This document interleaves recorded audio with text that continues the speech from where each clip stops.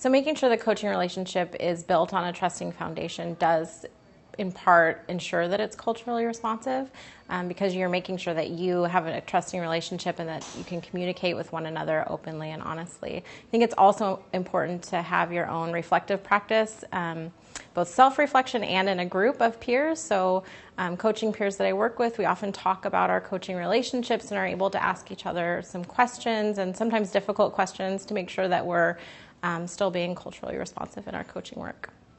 I work towards being culturally responsive by listening more and talking less and understanding that there is a power dynamic that is there simply because coach is next to my name or because I work for the community colleges of Spokane, and working past that, working to the point of them seeing me as somebody there to support them in their own professional growth and letting them do more of the talking than me, and me searching and wondering more than anything else. I have several sites that are Native American based, and so myself being a Native American, I have an appreciation and an understanding of the cultural background and experiences of those centers. And so what the cool thing about my coaching job is I get to learn from other Native Americans and have that connection with them. And so just the other day I was at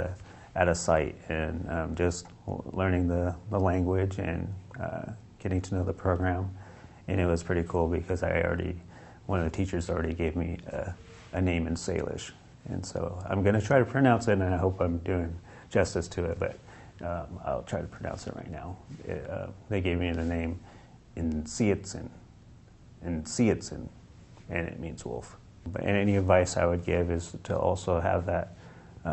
respect when you come into a site and it's a different culture than yours, to just learn as much as you can and be as friendly as possible and be a learner, because I think that's a part of growing the relationship with that site and identifying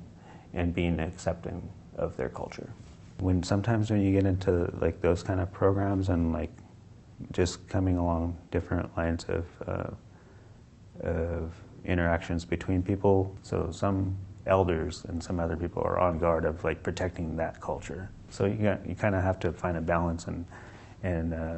meet them where they're at and respect it. And if they say no pictures or they don't want to share too much, but they're willing to share a little bit, but you just kind of have to back off and respect that. And once they get, you have a trust with them and they understand that you're not there to infringe upon, the culture or their own family history or anything like that, then I think then they will tend to know that you're for them and not going to take something away from them. So.